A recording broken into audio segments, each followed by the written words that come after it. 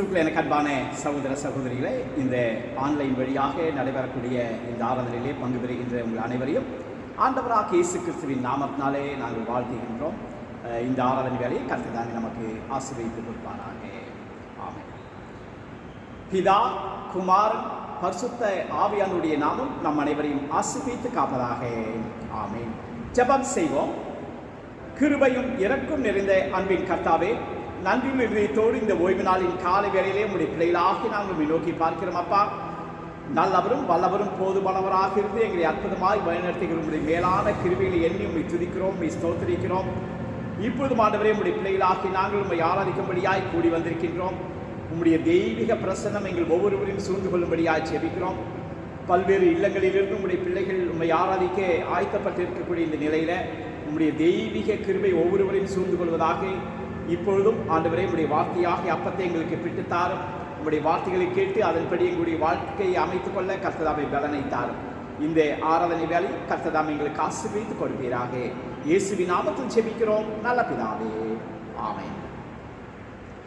நாம் யாவரும் ஆண்டவருடைய நாமத்திற்கு புகழ்ச்சி உண்டாக கீர்த்தனையிலே 28வது கீர்த்தனை, இயேசுராஜனின் திருவடிக்கு சரணம் சரணம் என்ற பாடலை அனைவருமாக நாம் சேர்ந்து பாடுவோம். அதனுடைய 3 கவிகளை நாம் பாடுவோம். 28வது கீர்த்தனை.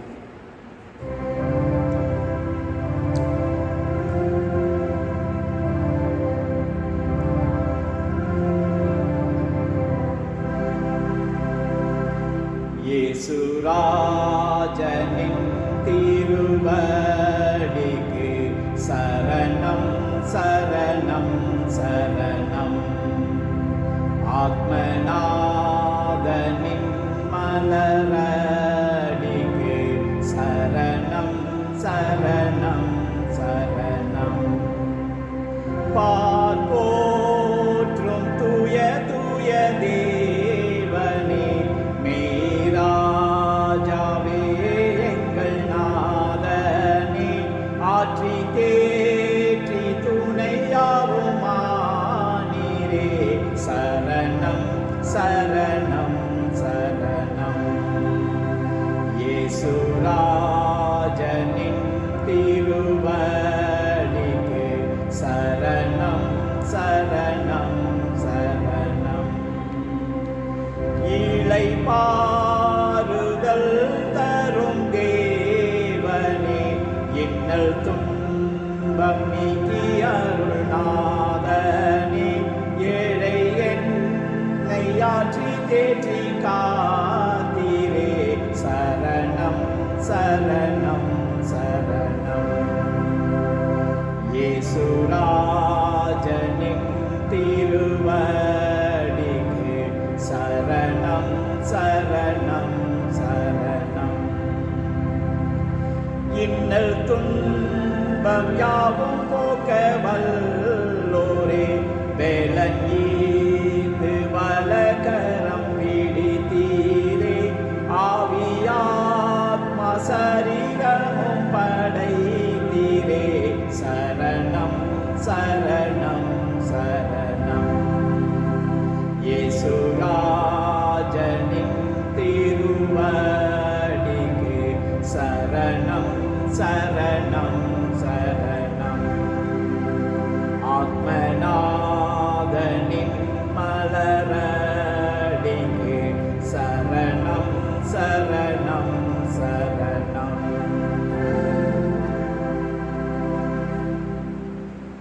கர்த்தரானவர் உங்களோடு இருப்பாராக.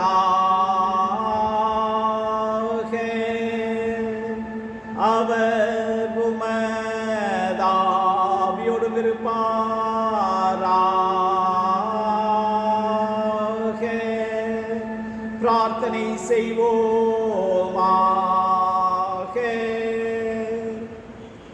கர்த்தராகிய கடவுளே, தேவரீர் உம்முடைய உறுதியான அன்பில் நீர் நிலை நிறுத்துகிறவர்களை கைவிடாமல் ஆண்டு நடத்தி வருகிறதற்காக உமக்கு ஸ்தோத்திரம் செலுத்துகிறோம். உமது பரிசுத்த நாமத்தை பற்றிய பயபக்தியோடு கூடிய அன்பு எங்களுக்கு இருக்கும்படி நீர் அருள் புரிய வேண்டும் என்று உம்மோடும் பரிசுத்த ஆவியோடும் என்றென்றைக்கும் ஜீவித்த அரசாளுகின்ற எங்கள் நாதர் இயேசு கிறிஸ்துவின் மூலமாய் உம்மை வேண்டிக் கொள்கிறோம் சுவாமி.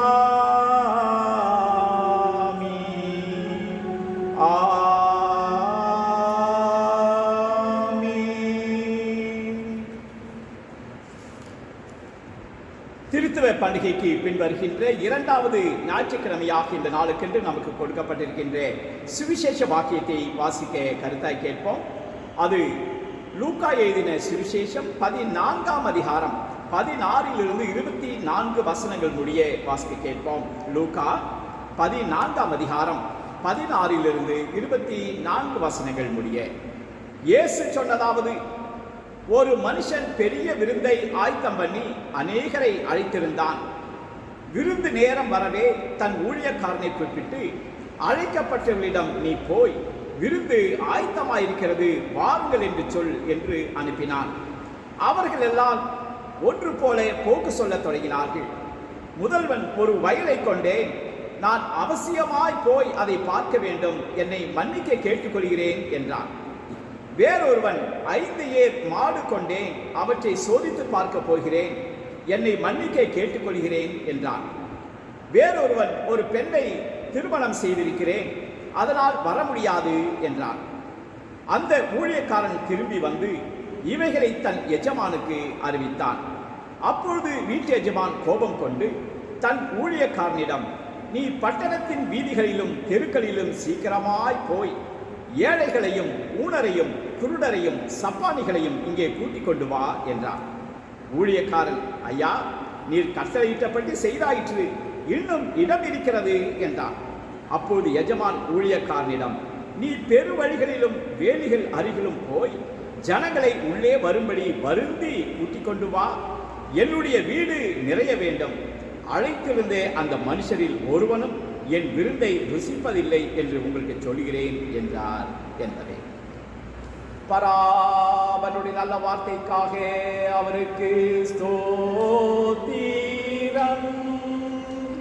கிறிஸ்துவே உமக்கு ஸ்தோத்திரம்.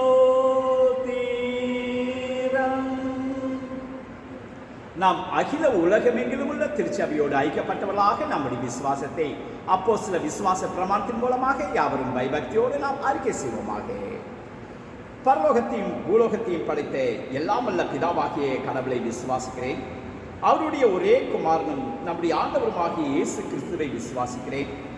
இவர் பரிசுத்த ஆவியினால் கர்ப்பத்தில் உட்பவித்து கன்னி மரியாளிடத்தில் பிறந்து பொந்திய பிலாத்துவின் கீழ் பாடுபட்டு சிலுவையில் அறையுண்டு மரித்து அடக்கம் செய்யப்பட்டார். பாதாளத்தில் இறங்கி 3ஆம் நாள் மரித்தோர்ந்து உயிர்த்தெழுந்தார். பரத்திற்கேறி எல்லாம் வல்ல பிதாவாகிய கடவுளுடைய வலது பக்கத்தில் வீற்றிருக்கிறார். அவ்விடத்திலிருந்து உயிருள்ளோருக்கும் மரித்தோருக்கும் நியாய தீர்ப்பளிக்க வருவார். பரிசுத்த ஆவியானவரை விசுவாசிக்கிறேன். பொதுவான பரிசுத்த கிறிஸ்து சபையும் பரிசுத்தவானுடைய ஐக்கியமும் பாவ மன்னிப்பும் சரீர உயிர்த்ததிலும் நித்திய ஜீவனும் உண்டென்று விசுவாசிக்கிறேன். ஆமென். நாம் அறிக்கின்ற இந்த விசுவாசத்திலே நாம் ஒவ்வொருவரும் நம் வாழ்நாள் முழுவதும் நிலைத்திருக்க ஆண்டவர் தாமே நமக்கு துணை செய்வாராக. ஆமென்.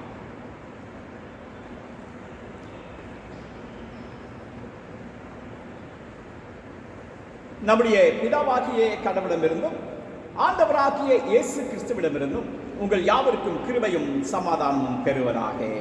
ஆமென். ஜெபம் செய்வோம்.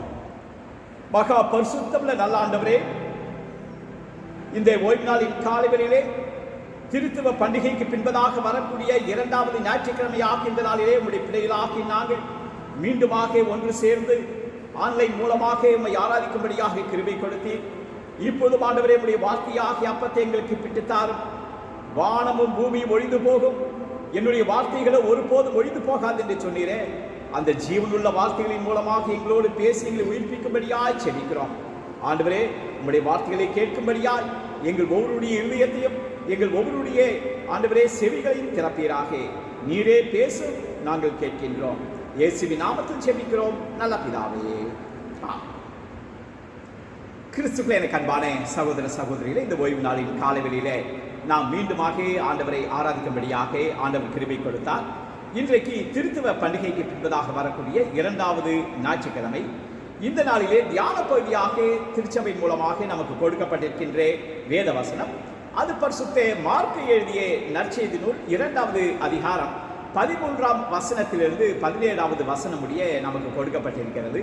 அதை உங்களுடைய வேதாகமத்தில் நீங்கள் எடுத்து வைத்துக் கொள்ளுங்கள். அதில் ஒவ்வொரு வசனமாக வாசித்து தியானத்திற்குள்ளாக உங்களை அழைத்து செல்ல நான் விரும்புகின்றேன்.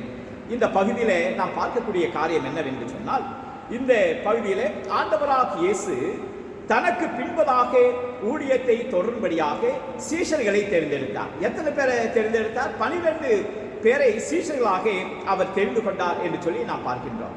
இந்த 12 சீஷர்களிலே ஒருவராகிய லேவி என்று சொல்லக்கூடிய அவருடைய அழைப்பை குறித்து இன்றைக்கு இந்த வேத பகுதி நமக்கு சொல்கின்றது. இவருடைய பெயர் லேவி என்று நாம் பார்க்கின்றோம்.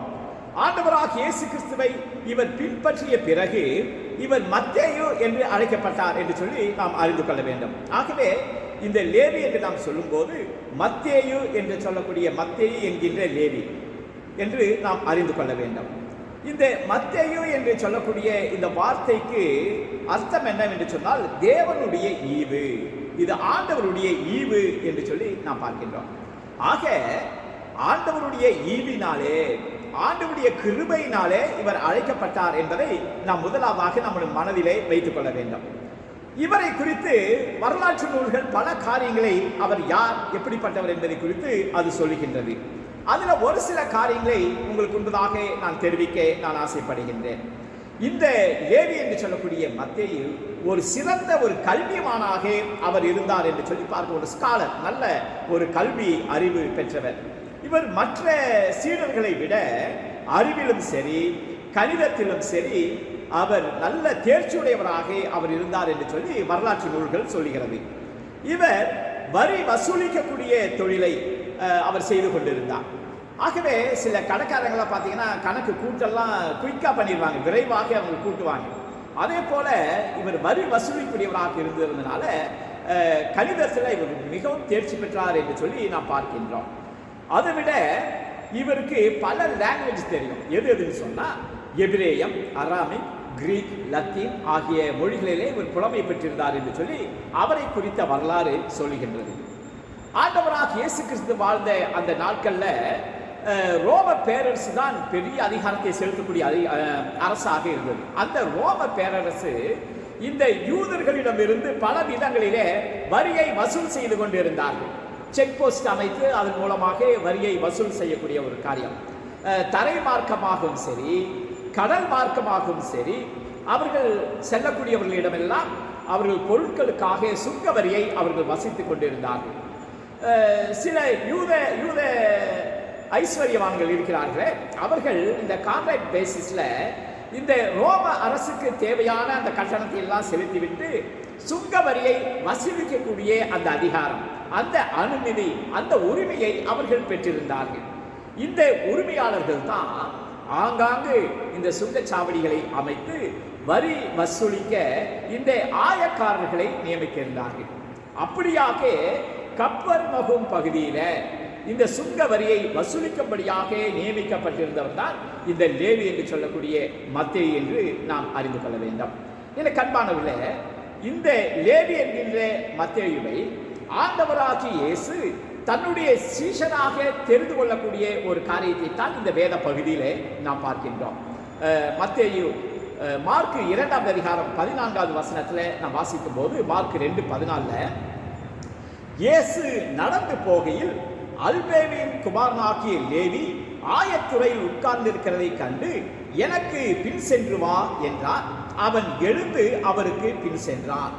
என கண்பானவர்களே, இந்த லேவியை பார்த்து ஆண்டவராகிய இயேசு அழைப்பை கொடுக்கின்றார்.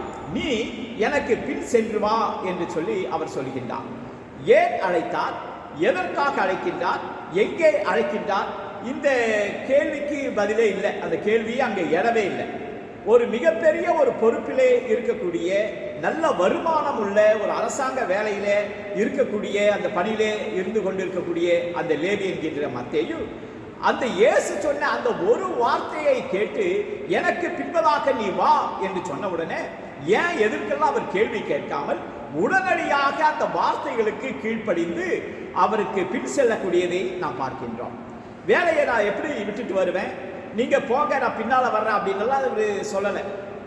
மாறாக அவர் சொன்ன வார்த்தைக்கு உடனடியாக அவர் கீழ்ப்படியக்கூடிய ஒரு காரியத்தை நாம் பார்க்கிறோம். ஒருவேளை ஒரு பணியை செய்து கொண்டிருக்கிறவர் நீங்க வாங்கன்னு சொன்னா, எனக்கு நிறைய செட்டில் பண்ண வேண்டிய காரியங்கள் இருக்கு, நிறைய செய்ய வேண்டிய பணிகள் இருக்கு, அதை ஒப்படைச்சிட்டு தான் நான் வர முடியும் என்று சொல்லி பல காரியங்களை அவர் யோசித்துக் கொண்டிருக்கிறார்.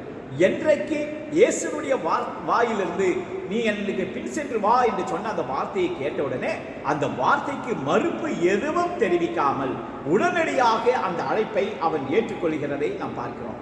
என்னுடைய எதிர்காலம் எப்படி இருக்கும், நான் போன எனக்கு என்ன கிடைக்கும், இதை பற்றியெல்லாம் அவர் யோசிக்கவே இல்லை என்று சொல்லி நாம் பார்க்கின்றோம். ஆகவே முதலாவதாக நாம் பார்க்கின்றோம், இயேசுனுடைய அழைப்பிற்கு எந்த மறுப்பும் இல்லாதபடி உடனடியாக அந்த வார்த்தைக்கு செவிசாய்த்து இயேசுவுக்கு பின் செல்லக்கூடிய காரியத்தை நாம் பார்க்கின்றோம்.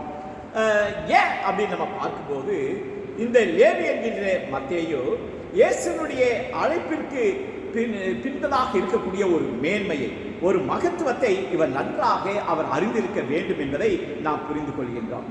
வரலாற்று நூலிலே நாம் பார்க்கும்போது இவரை குறித்து பல காரியங்களை நாம் பார்க்கின்றோம். இவர் என்ன செய்கின்றார், இவர் நியாயப்பிரமாணம், தீர்க்க தரிசனங்கள், வேதத்தினுடைய காரியங்கள், நடப்பு விஷயங்கள் எல்லாவற்றையும் அவர் தெள்ள தெளிவாக அவர் அறிந்திருந்தார் என்று சொல்லி நாம் பார்க்கின்றோம்.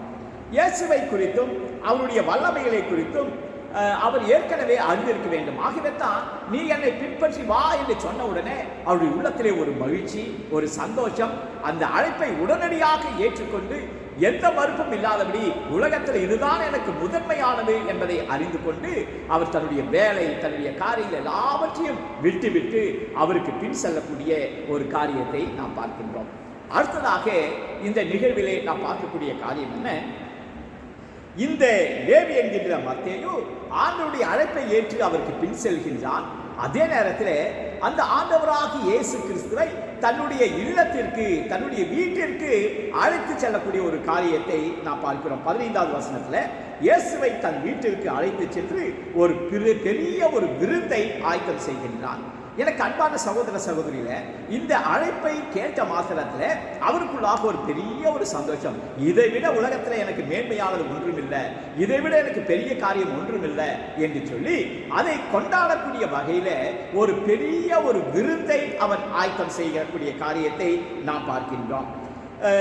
இது எதற்காக என்று சொன்னால், இயேசுனுடைய அழைப்பு அவனுடைய வாழ்க்கையில ஒரு பெரிய ஒரு திருப்பத்தை, ஒரு மிகப்பெரிய ஒரு சந்தோஷத்தை, ஒரு மகிழ்ச்சியை உருவாக்கக்கூடியதாக இருந்தது. ஆகவே தான் மாத்திரமல்ல, தான் பெற்ற இந்த அழைப்பை எண்ணி தனக்கு அறிமுகமானவர்கள், தெரிந்தவர்கள் எல்லாருக்கும் அந்த விருந்திலே பங்கு பெறும்படியாக அழைப்பை கொடுக்கக்கூடிய ஒரு காரியத்தை நாம் பார்க்கின்றோம். இந்த விருந்து அந்த லேவியினுடைய வீட்டிலே நடைபெறுகிறது. அதில் யாரெல்லாம் இருந்தாங்க அப்படின்னு சொல்லி வேதத்திலே நம்ம பார்க்கிறோம். ஆண்டவராகிய இயேசு அந்த விருந்திலே இருக்கின்றார், சீஷர்கள் இருக்கின்றார்கள், மற்ற ஆயக்காரர், அவருடைய கொலீக்ஸ், அவருடைய கூட பணி செய்யக்கூடிய மற்ற ஆயக்காரர்கள், உடன் வேலை செய்யக்கூடியவர்கள், அது மட்டுமல்ல பாவிகளும் அவரோடு கூட பந்தி இருந்தார்கள் என்று சொல்லி நாம் பார்க்கின்றோம். பாவிகளும் அந்த விருந்திலே அவர்கள் பங்கு பெறக்கூடிய ஒரு காரியம். இதை அந்த விருந்திலே பங்கு பெற்ற வேத பாரகரும் பரிசேயரும் அங்கே இருந்தார்கள் என்று சொல்லி நாம் பார்க்கின்றோம். இந்த விருந்திலே நீதிமான்களும் உண்டு, பாவிகளும் உண்டு. ஆகவே எல்லாருமே அந்த விருந்திலே பங்கு பெறக்கூடிய இந்த சூழ்நிலையில நடைபெறக்கூடிய காரியத்தை நாம் பார்க்கின்றோம். லூக்கா 14வது அதிகாரம் 16வது வசனத்திலிருந்து 24வது வசனத்தை வரைக்கும் நாம் பார்க்கும்போது, ஆண்டவராகிய இயேசுவும் ஒரு ஊமையை அவர் சொல்லுகின்றார். இன்றைக்கு சுவிசேஷ பகுதியாக வாசிக்கின்ற அந்த பகுதி, அந்த விருந்துக்கும் இந்த லேவி ஆயத்தம் செய்த இந்த விருந்துக்கும் இருக்கக்கூடிய ஒப்புமையை நாம் புரிந்து கொள்கின்றோம். அங்கு லேவி ஆயத்தம் செய்த இந்த விருந்தில எல்லாரும் இருக்கிற, பாவிகளும் இருக்கிறார்கள், நீதிமான்களும் இருக்கின்றார்கள். ஆண்டவராகிய இயேசு சொன்ன இந்த ஊமையில லூக்கா 14வது அதிகாரத்தில் நாம் பார்க்கின்ற அந்த பரலோகத்தை குறித்த ஒரு ஊமையை சொல்கின்றாரே, அந்த ஊமையையும் நாம் சற்று ஒப்புமையாக எடுத்துக்கொள்வோம் என்று சொன்னால், அந்த விருந்திலே நாம் பார்க்கின்றோம். லூக்கா 14வது அதிகாரம் 16வது வசனத்தில் ஒரு மனிதன் ஒரு பெரிய விருந்தை ஆயத்தப்படுத்தி அவன் அநேகருக்கு அழைப்பை கொடுக்கின்றான், அநேகரை தெரிந்து கொள்கின்றான். தெரிந்து கொள்ளப்பட்டவர்களுக்கு அழைப்பு கொடுக்கப்படுகிறது. ஆனால் அழைக்கப்பட்டவர்களோ என்ன செய்கிறார்கள்? அதிலே பங்கு பெறுவதற்கு உடனடியாக அந்த அழைப்பை ஏற்றுக்கொள்ளவில்லை. மாறாக அந்த அழைப்பை புறக்கணிக்கிறார்கள். ஒவ்வொருவரும் ஒவ்வொரு கருத்துக்களை சொல்லி, எனக்கு அந்த வேலை இருக்கு, இந்த வேலை இருக்கு அப்படின்னு சொல்லி பலவிதமான காரியங்களை சொல்லி அந்த அழைப்பை அவர்கள் புறக்கணிக்கக்கூடிய காரியத்தை இந்த சுவிசேஷ பகுதியிலே நாம் வாசிக்கின்றோம். ஏன் இந்த அழைப்பை இவர்கள் எல்லாம் புறக்கணித்தார்கள் என்று நாம் பார்க்கும்போது, அந்த அழைப்பை குறித்த ஒரு அறியாமை, அதனுடைய மேன்மையை, அதனுடைய ரகசியத்தை அவர்கள் அழைக்கப்பட்டவர்கள் அதை புரிந்து கொள்ளவில்லை. ஆகவே தான் அந்த அழைப்பை அவர்கள் புறக்கணிக்கக்கூடிய ஒரு காரியத்தை நாம் பார்க்கிறோம். அடுத்ததாக, இந்த விருந்திற்கு அழைக்கப்பட்டிருந்தாலும் அதனுடைய மேன்மையோ அவர்கள் புரிந்து கொள்ளாதபடி அந்த விருந்திற்கு அவர்கள் முக்கியத்துவம் கொடுக்காத ஒரு சூழ்நிலை. பிறகு பார்த்துக்கலாம், இது என்ன பெரிய விருந்தா என்று சொல்லக்கூடிய ஒரு அந்த விருந்திற்கு முக்கியத்துவம் கொடுக்காத ஒரு சூழ்நிலை. அடுத்ததாக, தன்னை அழைத்த அந்த மனிதனுடைய அழைப்பை அவர்கள் புறக்கணித்து அந்த அழைப்பை உதாசீனப்படுத்தக்கூடிய நிலையிலே தான் இருக்கக்கூடிய காரியத்தை நாம் பார்க்கின்றோம். இந்த உதாரணத்தை ஆண்டவராக இயேசு கிறிஸ்து எதற்காக சொல்கிறார் என்று சொன்னால், ஒரு பரலோக ராஜ்யத்தை குறித்த ஒரு ஊமையாக சொல்லுகின்றார். இந்த விருந்து என்பது இது ஒரு சாதாரண விஷயம் அல்ல, அது பரலோக ராஜ்யத்திற்கு ஒப்புமையாக சொல்லப்பட்ட ஒரு வார்த்தை, பரலோகத்திற்கான ஒரு ஊமை என்பதை நாம் புரிந்து கொள்ள வேண்டும். இந்த விருந்துக்கு, இப்படிப்பட்ட ஒரு மேன்மையான ஒரு விருந்திற்கு அழைப்பை அவர் கொடுக்கின்றார். அந்த விருந்திற்கு அழைக்கப்பட்டவர்கள் நாம் இருக்கின்றோம். இந்த மேலான விருந்தை பற்றி அறியாமை, அதை குறித்து ஒரு நம்பிக்கை இல்லாமல் இருக்கிறது.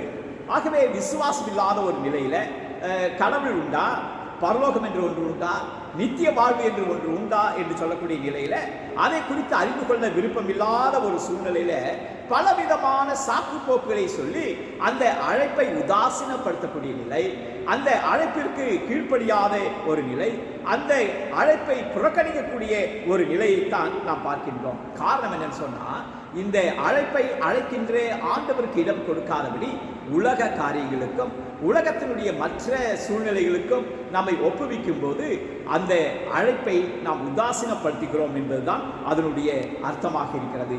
மனிதனுடைய வாழ்க்கையில சுய சிந்தனைகள், சுய விருப்பம், சுய சித்தம் இவற்றிற்கு இடம் கொடுத்து பிறகு நம்ம பார்த்துக்கலாம், கடைசி காலத்தில் அந்த விருதில் பங்கு பெறலாம், அப்புறம் அடுத்த ஸ்டெப் நம்ம பார்க்கலாம் என்று சொல்லி தற்சமயத்திலே உடனடியாக அந்த அழைப்பை ஏற்றுக்கொள்ளாதபடி நாம் உலக காரியங்களுக்கும் உலகத்திற்கு அடுத்த காரியங்களுக்கும் இடம் கொடுக்கக்கூடிய ஒரு சூழ்நிலை. ஆகவே வேதத்திலே நாம் வாசிக்கின்றோம். நீதிமொழிகளின் புஸ்தகம் 16வது அதிகாரம் 25வது வசனத்தை நீங்க வாசி பார்த்தீங்கன்னா, அங்கு மனிதனுக்கு செம்மையாய் தோன்றுகின்ற வழிகள் உண்டு, ஆனால் அதனுடைய முடிவோ மரண வழிகள் என்று சொல்லியிருக்கிற காரியத்தை நாம் பார்க்கிறோம். ஒரு அழைப்பு ஒரு இடத்திலிருந்து வருகிறது என்று சொன்னால் அதனுடைய மேன்மையை, அதனுடைய முக்கியத்துவை அறிந்து கொள்ள வேண்டும். மாறாக உலக காரியங்களுக்கு இடம் கொடுப்போம் என்று சொன்னால் ஒரு மிகப்பெரிய ஆசீர்வாதத்தை நம்முடைய வாழ்க்கையில் இழந்து போகிறோம் என்பதுதான் அதனுடைய அடையாளம் என்பதை நாம் புரிந்து கொள்ள வேண்டும். யோனா என்கின்ற ஒரு தீர்க்கதரிசியை ஆண்டவர் அழைத்தார். குறிப்பிட்ட அந்த நினிவே பட்டணத்தினுடைய மக்கள் ஆண்டவருக்கு விரோதமாக எழும்பினதுனால அவர்களிடத்திலே போய் நீ சத்தியத்தை சொல்லு என்று சொல்லி அவரை அனுப்பக்கூடிய ஒரு நிலையை பார்க்கின்றோம். ஆனால் இந்த யோனாவோ அந்த கர்த்தருடைய வார்த்தைக்கு, அந்த அழைப்பை அவன் புறக்கணித்து இவன் தர்ஷீசுக்கு போகக்கூடிய கப்பலிலே அவன் ஏறக்கூடியவனாக இருக்கின்றான். ஆண்டவர் வழிகாட்டக்கூடிய ஒரு வழிகள் உண்டு, ஆனால் இவனோ வேறு வழியை அவன் தெரிந்து கொள்கின்றான். அதற்கு பிறகு அவருடைய வாழ்க்கையில எத்தனை இழப்பு, எத்தனை கஷ்டங்களை அனுபவித்தார் என்றெல்லாம் நம்ம பார்க்கின்றோம்.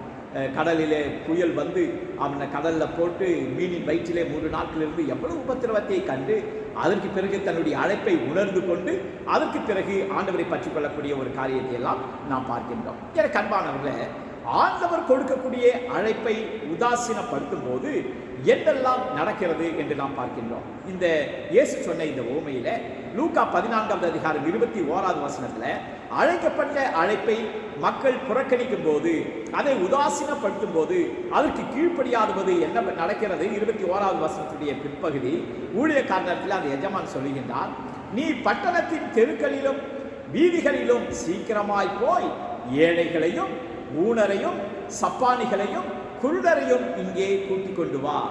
என்னாலே அழைக்கப்பட்டவர்கள் அதை புறக்கணித்தார்கள். ஆகவே அந்த அழைப்பு மாற்றப்படுகிறது. யாரெல்லாம் தெரிந்து கொள்ளப்பட்டார்களோ அவர்கள் அந்த அழைப்பை புறக்கணித்ததினாலே அந்த அழைப்பு மற்றவர்களுக்கு போய் சேரக்கூடிய காரியத்தை நாம் பார்க்கின்றோம். நீ பட்டணத்தினுடைய தெருக்களிலும் வீதிகளிலும் சீக்கிரமாய் போய் ஏழைகள், ஊனர்கள், சப்பானிகள், குருடர்கள் இப்படிப்பட்டவர்களை நீ அழைத்துக் கொண்டு வா. இன்னும் இடம் இருக்குது என்று சொன்ன உடனே யாரெல்லாம் இருக்கிறாங்களோ நீ வேலையோரிலே பட்டணத்தின் தெருக்களிலே போய் யாரையெல்லாம் பார்க்கிறீங்களோ எல்லாரையும் அழைத்துக் கொண்டு வாருங்கள். அவங்க பாவிகளாக இருக்கலாம், எப்படிப்பட்ட நீதிமான்களாக இருக்கலாம், யாராக இருந்தாலும் என்னுடைய அழைப்பை ஏற்று என்னுடைய விருந்திலே பங்கு பெற வேண்டும் என்று சொல்லி ஆண்டவர் விரும்பக்கூடிய ஒரு காரியத்தை நாம் பார்க்கின்றோம். எனக்கு அன்பான சகோதர சகோதரியில ஆண்டவராகி தேவன் உலகத்தில் எத்தனையோ பேர் இருந்தாலும் நம்மையும் ஆண்டவர் பெயர் சொல்லி அழைக்கின்றார். அவருடைய நாமத்தை தரித்த ஜனங்களாக இருந்து நாம் அவருக்கு மகிமையாக வாழ வேண்டும் என்று சொல்லி அவரை பின்பற்றி வர வேண்டும் என்று சொல்லி நமக்கும் அழைப்பை கொடுக்கின்றார். அன்றைக்கு லேவி என்கின்ற மத்தேயுவை ஆண்டவர் அழைத்தார். அந்த அழைப்பிற்கு உடனடியாக அவன் கீழ்ப்படிந்ததினாலே அவனை வல்லமையாக பயன்படுத்தி சீடர்களில் ஒருவராக அவனை தேர்ந்தெடுத்து அவர் செய்த மற்ற பெரிய காரியங்களை எல்லாம் நாம் பிற்பாடு நாம் பார்க்க இருக்கின்றோம். எனக்கு அன்பான சகோதர சகோதரியிலே அந்த அழைப்பினுடைய முக்கியத்துவத்தை உணர்ந்து ஆண்டவருக்கென்று அந்த அழைப்பிற்கு கீழ்ப்படிய நாம் அழைக்கப்படுகின்றோம். இங்க இந்த லேவி என்று சொல்லக்கூடிய மத்தேயுடைய வீட்டில் ஒரு பெரிய ஒரு விருந்து ஒன்று ஆயத்தமாக்கப்பட்டிருக்கிறது. இதுல இயேசுனுடைய சீஷர்கள், பரிசேயர், வேதபாரகர், ஆயக்காரர்கள் மற்றும் பாவிகள் அவர்கள் எல்லாம் அமர்ந்திருக்கிறார்கள். இதை பார்த்து அங்கே இருக்கக்கூடிய பரிசேயர், வேதபாரகர் இயேசுனுடைய சீஷர்களிடத்தில் ஒரு கேள்வியை எழுப்புகிறார்கள். என்ன சொல்றாங்கன்னு சொன்னா, இயேசு ஆயக்காரர்களோடும் பாவிகளோடும் போஜனம் பண்ணுகிறாரு என்ன என்று கேட்கிறார். இந்த சர்வ வல்லமையும் அதிகாரம் கொண்ட ஆண்டவர் என்று சொல்கிறீர்களே, பரிசுத்தம் நிறைந்த ஆண்டவர் என்று சொல்கிறீர்களே, இவர் இந்த ஏழைகளோடும் இந்த பாவிகளோடும் இவர் ஆயக்காரரோடும் இவர் பந்தி அமர்ந்திருக்கிறாரு, எல்லாம் சேர்ந்து ஒன்னா சாப்பிட்றாங்க, இது என்ன இது அப்படின்னு சொல்லி அந்த கேள்வியை பரிசேயரும் வேதபாரகரும் இயேசுனுடைய சீஷர்களிடத்திலே அவர்கள் கேட்கின்றார். அப்பொழுது ஆண்டவராக இயேசு அவளுக்கு சொல்லக்கூடிய ஒரு வார்த்தையை நீங்க பாருங்க. லூக்கா 2வது அதிகாரம் 17வது வசனத்துல, லூக்கா 2:17, பிணியாளிகளுக்கு வைத்தியன் வேண்டியதே இல்லாமல் சுகமானவர்களுக்கு வேண்டியதில்லை. ஒரு மருத்துவர் யாருக்கு தேவை? ஒரு டாக்டர்ஸ் யாருக்கு வேணும்? யார் சுகம் இல்லாமல் இருக்கிறாங்களோ, யார் வியாதியில இருக்கிறாங்களோ அவங்களுக்கு தான் மருத்துவர் தேவை. நன்றாக நல்ல உடல்நிலை இருக்கக்கூடியவங்களுக்கு மருத்துவரே தேவையில்லையே என்று சொல்லக்கூடிய ஒரு வார்த்தை. அடுத்ததாக, நீதிமான்களை அல்ல பாவிகளையே மனம் திரும்புகிறதற்காக அழைக்க வந்தேன் என்று சொல்லி தான் இந்த உலகத்திலே எதற்காக வந்தேன், எதற்காக இந்த ஊழியத்தை செய்கிறேன் என்பதை ஆண்டவர் தெளிவுபடுத்தக்கூடியதை நாம் பார்க்கின்றோம்.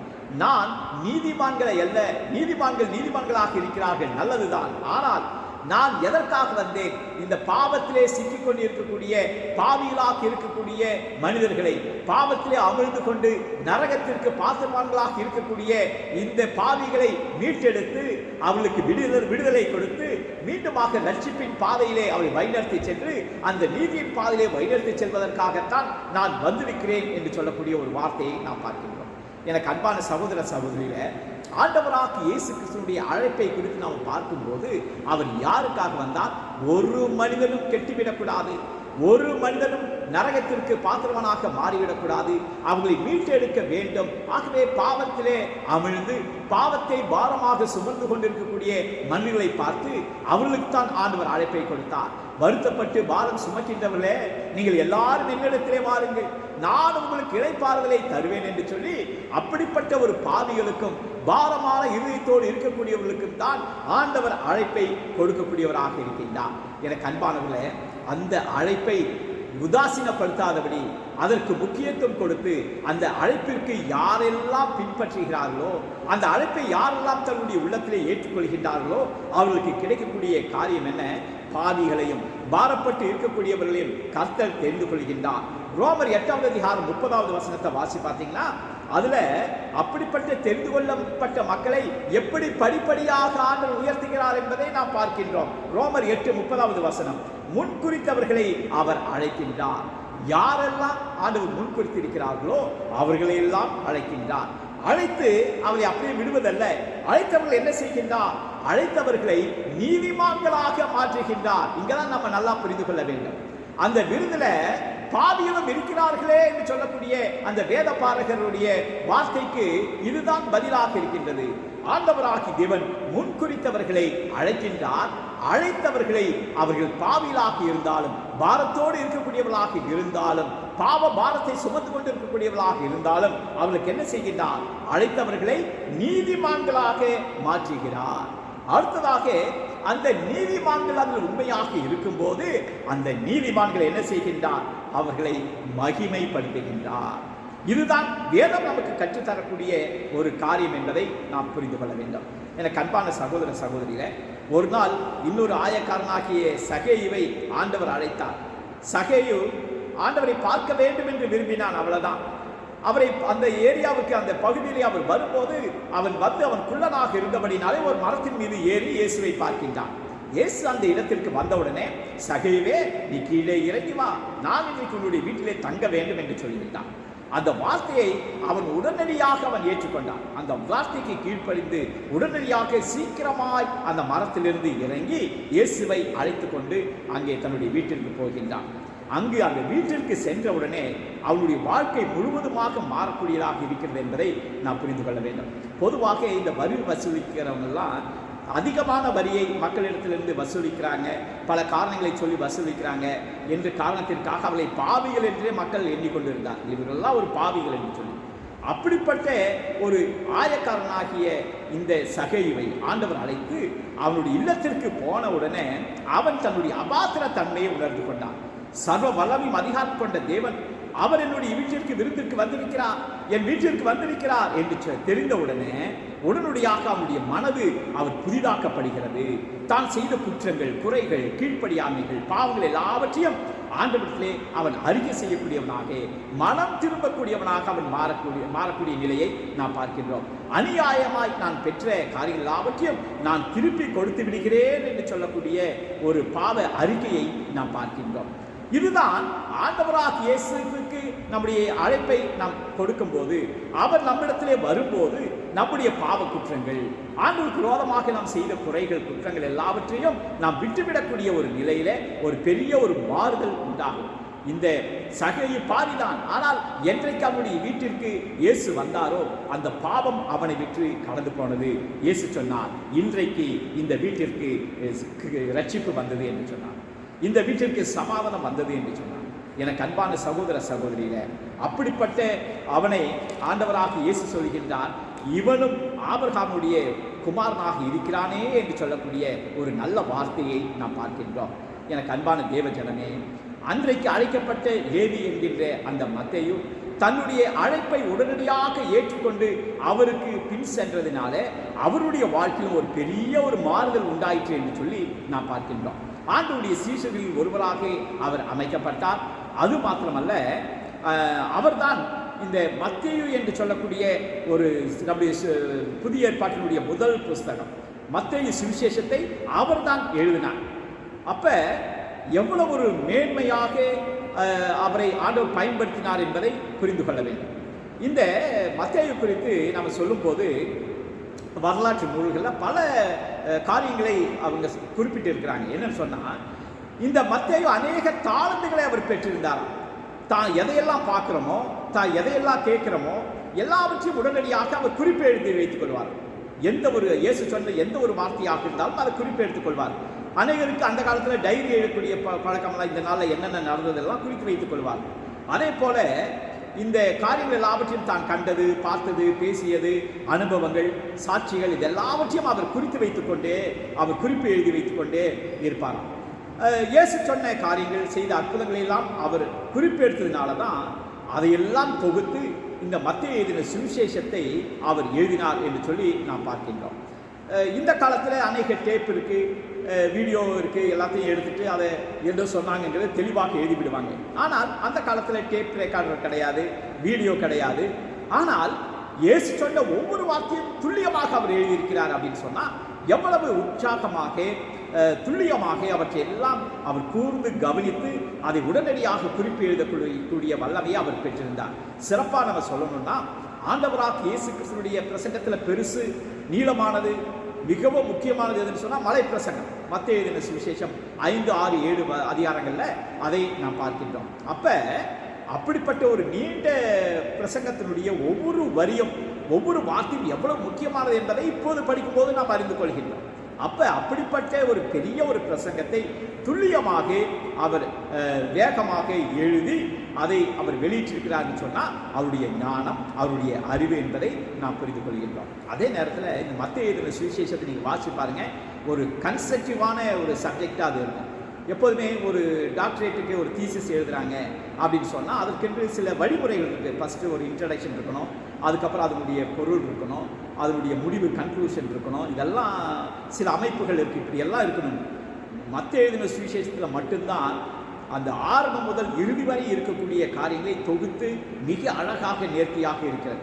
இயேசு கிறிஸ்துனுடைய வாழ்க்கை வரலாறுனா அவருடைய சந்ததியினுடைய வரலாறு, எந்த வழிகாட்டில் அவர் வந்தார், எந்த வழியில் வந்தார் என்பதையெல்லாம் அங்கு சொல்லப்பட்டிருக்கிறது.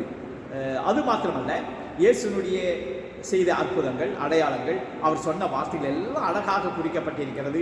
இறுதியாக அவர் உயிர்த்தெழுந்து பரலோகத்திற்கு செல்லக்கூடிய நிலை வரை இருக்கக்கூடிய காரியங்கள் அவற்றையும் மிக தெளிவாக அவர் எழுதியிருப்பது நமக்கு கிடைத்த ஒரு மிகப்பெரிய ஒரு சாக்கியம். எனக்கு அன்பான சகோதர சகோதரிகள், இந்த நாளுடைய அந்த வசனத்தில் பிணியாளிகளுக்கு வைத்தியம் வேண்டியதை இல்லாமல் சுகமுள்ளவர்களுக்கு வேண்டியதில்லை, நீதிமான்களை அல்ல பாவிகளையே மனம் திரும்புவதற்கு அழைக்க வந்தேன் என்று சொன்ன அந்த வார்த்தையை நாம் கவனித்து பார்ப்போம் என்று சொன்னால், இன்றைக்கு இந்த வசனம் நமக்காக, அன்றைக்கு அந்த அழைப்பை கொடுத்த அந்த லேடி உடனடியாக அந்த அழைப்பை ஏற்றுக்கொண்டார், வல்லமையுள்ளவராக அவர் மாறினார்.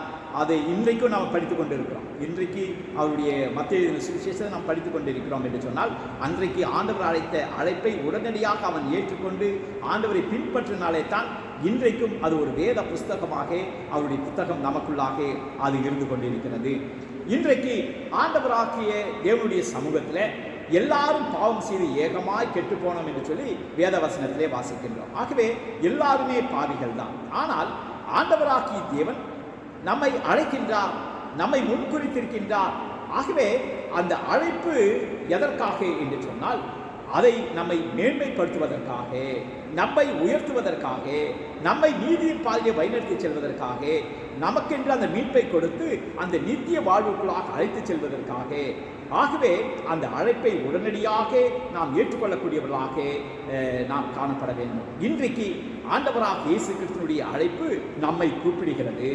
இயேசுனுடைய அழைப்பை நம்மை மனம் திரும்புதலுக்கு நேராக நம்மை வழிநடத்தி செல்லக்கூடியதாக இருக்கிறது. இந்த அழைப்பிற்கு கீழ்ப்படிவோம் என்று சொன்னால் அங்கு மெய் மனஸ்தாபம் உடனடியாக கடந்து வர வேண்டும். இந்த அழைப்பிற்கு நான் பாத்திரவான் தானா என்பதை நாம் உணர்ந்து கொண்டு ஆண்டவருக்குள்ளதாக நம்மை நல்வழிப்படுத்திக் கொண்டு பாவங்களை அறிக்கை செய்து ஆனால் மனம் திரும்புவதற்குள்ளாக கடந்து வரும்போது தான் அந்த அழைப்பினுடைய மேன்மையை நம்மால் புரிந்து கொள்ள முடியும். 1 யோவான் 1 அதிகாரம் 9 வசனத்தில் நாம் நம்முடைய பாவங்களை அறிக்கையிட்டால் பாவங்களை நமக்கு மன்னித்து எல்லா அநியாயத்தையும் நீக்கி நம்மை சுத்திகரிப்பதற்கு அவர் உண்மையும் நீதியும் உள்ளவராக இருக்கிறார் என்று சொல்லி நாம் பார்க்கின்றோம். ஆகவே பாவிகளை மனம் திரும்புவதற்காக அழைக்க வந்தேன் என்று சொன்ன கர்த்தர் இன்றைக்கு அழைப்பை கொடுத்தார் என்று சொன்னால், அந்த அழைப்பை மட்டும் ஏற்றுக்கொள்வது மாத்திரமல்ல, அந்த அழைப்பிற்கு பாத்திரமானவர்களாக மனம் திரும்புதலுக்குள்ளாக நாம் கடந்து வர வேண்டும். எது மனம் திரும்புதல்? எல்லாரும் பாவம் செய்து ஏகமாய் கெட்டு போனோம்.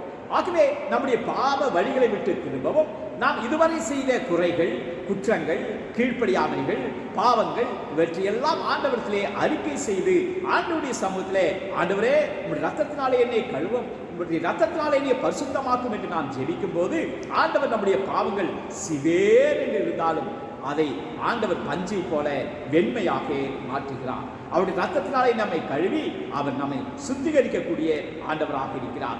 எனக்கு அன்பான சகோதர சகோதரிகளே, இந்த திருத்துவ பண்டிகைக்கு பின்பதாக வரக்கூடிய 2வது ஞாயிற்றுக்கிழமையாக இந்த நாளிலே அப்படிப்பட்ட அழைப்பை நம் ஒவ்வொருவரும் கொடுக்கின்றார். இந்த அழைப்பை உதாசீனப்படுத்துகின்றவர்களாக அல்ல, உடனடியாக அந்த அழைப்பிற்கு கீழ்ப்படிய வேண்டும். மனம் திரும்புவதற்கு நேராக நம்முடைய இருதயத்தை திறப்பி திருப்பி ஆண்டவருடைய அழைப்பிற்கு நம்மை பாத்திரவான்களாக மாற்ற வேண்டும். அப்படிப்பட்ட ஒரு நிலையிலே ஆண்டவர் நம்மையும் ஆண்டவர் ஆசீர்வதித்து உயர்த்தி மேன்மைப்படுத்த ஆண்டவர் விரும்புகின்றார். அப்படிப்பட்ட ஒரு நிறைவான ஆசீர்வாதத்தை நாம் எல்லாரும் பெற்றுக்கொள்ள ஆண்டவர் தாமே நமக்கும் துணை செய்வாராக. ஆமென். ஜெபம் செய்வோம். மகா பரிசுத்தமுள்ள நல்ல ஆண்டவரே, இந்த ஆசீர்வதிக்கப்பட்ட இந்த நாளிலே உம்முடைய பிள்ளைகளாக்கி நாங்கள் உம்மை ஆராதிக்க உம்மை தொழுதுகொள்ள கர்த்தர் கிருபை கொடுக்கிறேன். நன்றியோடு துதிக்கின்றோம். உம்முடைய வார்த்தையின் மூலமாக நீர் எங்களோடு பேசியிருக்கிறேன். ஆகவே அந்த வார்த்தைகளுக்கு நாங்கள் செவிசாய்க்கவும் அதற்கு கீழ்ப்படியும் பலனைத்தார். உம்முடைய அழைப்பை நாங்கள் ஏற்றுக்கொண்டு அதற்கு எங்களை தகுதி உள்ளவர்களாக ஆண்டவரை எங்களை புதுப்பித்துக் கொண்டு ஆண்டவருக்கு பின்பதாக செல்ல உம்முடைய வழிகாட்டுதலை பின்பற்ற எங்கள் ஒவ்வொருவருக்கும் கிருபை செய்யும். இயேசுவின் நாமத்தில் செபிக்கிறோம் நல்ல பிதாவே. ஆமென். சபையாருக்கு அறிவிப்பு. திருமண அறிவிப்பு. தெய்வினால் நமது சபையைச் சேர்ந்த திரு ஸ்டீஃபன் ராஜ் மற்றும் திருமதி தமிழ்ச்செல்வி ஆகியோருடைய மகள் எஸ் பிரியங்காவும், தென்னிந்திய திருச்சபை சென்னை பேராயம் ரெட் ஹில்ஸ் புரசேகரத்தைச் சேர்ந்த திரு தேவராஜன் மற்றும் திருமதி ஸ்வரூபா ராணி ஆகியோருடைய மகன் திருவரங்கமும் திருமணம் செய்து கொள்ள வேண்டும் என்று இருக்கிறார்கள். இச்செய்தி இன்று சபையாருக்கு முதலாம் முறையாக அறிவிக்கப்படுகின்றது. இவர்களுடைய திருமணத்திற்கு நியாயமான தடை ஏதும் இருக்குமானால் அதை அறிந்தவர்கள் திருமணத்திற்கு முன்பதாகவே எழுத்து மூலம் சபை குருவுக்கு தெரிவிக்க வேண்டும். கர்த்தர் தாமே அவர்களுக்கு தம்முடைய அருளையும் ஆசீர்வாதத்தையும் அளித்து இவர்கள் தங்கள் இல்லற வாழ்க்கையில் கிறிஸ்தவ முறைப்படி துவங்கவும் தெய்வ பக்தி உள்ளவர்களாய் வாழவும் ஆண்டவர் தாமே அவர்களுக்கு அருள் புரிவாராக. ஆமென். ஜெபம் செய்வோம். அன்பின் கர்த்தாவே, மீண்டுமாக உம்முடைய பிள்ளைகளாக நாங்கள் நோக்கி பார்க்கிறோம். இந்த ஆராதனைகளுக்கு ஆசீர்வதித்துக் கொடுத்து பங்கு பெற்ற ஒவ்வொரு குடும்பத்தாரையும் கர்த்தர் தாமே மென்மேலும் ஆசீர்வதிக்கும்படியாக ஜெபிக்கிறோம். உம்முடைய வார்த்தைகள் உம்முடைய உள்ளத்திலே கிரியை செய்யட்டும். உம்முடைய அழைப்பிற்கு கீழ்ப்படிந்து உமக்கு ஆண்டவரே பிரியமாய் வாழ எங்களை ஒப்புக் கொடுக்க பலனைத்தார்.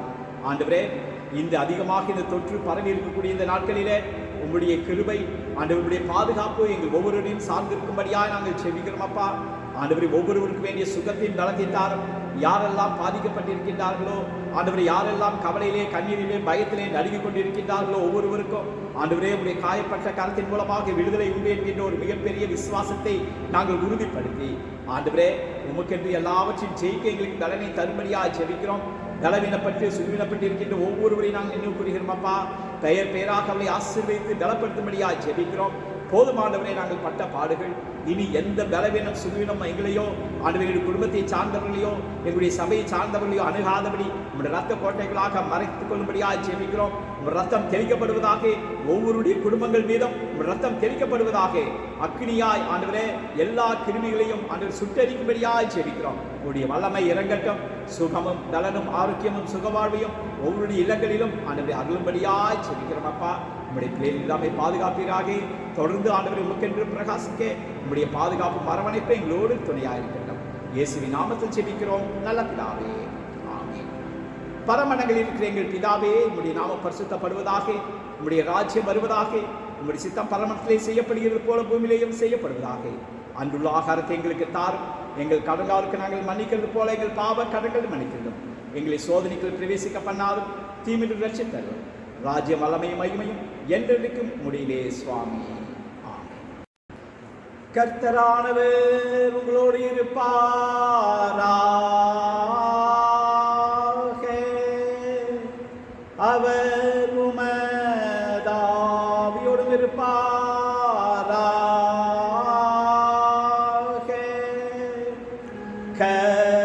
கர்த்தரானவர் உன்னை ஆசீர்வதித்து உன்னை காப்பாராக. கர்த்தரானவர் தமது திருமுகத்தை உன்மேல் பிரகாசிக்க செய்து உன்னிடம் கிருபையுள்ளவராயிருப்பாராக. கர்த்தரானவர் தமது திருமுகத்தை உனக்கு பிரசன்னமாக்கி உனக்கு சமாதானம் தந்தருளுவாராக.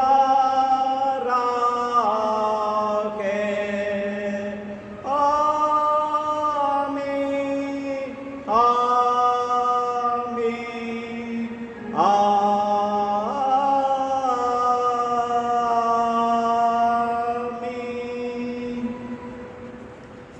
அன்பான சகோதர சகோதரிகளே, இந்த ஆராதனையில் பங்கு பெறும்படியாக கர்த்தர் உதவி செய்தார். நிச்சயமாகவே இந்த வார்த்தை உங்களுக்கு ஆசீர்வாதமாக இருந்திருக்கும் என்று நான் நம்புகின்றேன். கர்த்தருடைய அழைப்பை நாம் உடனடியாக ஏற்றுக்கொண்டு அதற்கு கீழ்ப்படிய நம்மை அர்ப்பணிப்போம். கர்த்தருடைய ஆசீர்வாதமும் பாதுகாப்பும் நம் அனைவருக்கும் உண்டு. ஆகவே தொடர்ந்து ஆண்டவருக்கு என்று மகிமையாக பிரகாசிக்க நம்மை அர்ப்பணிப்போம். ஆண்டவர் நமக்கு துணையாக இருப்பார். God bless you. God bless you.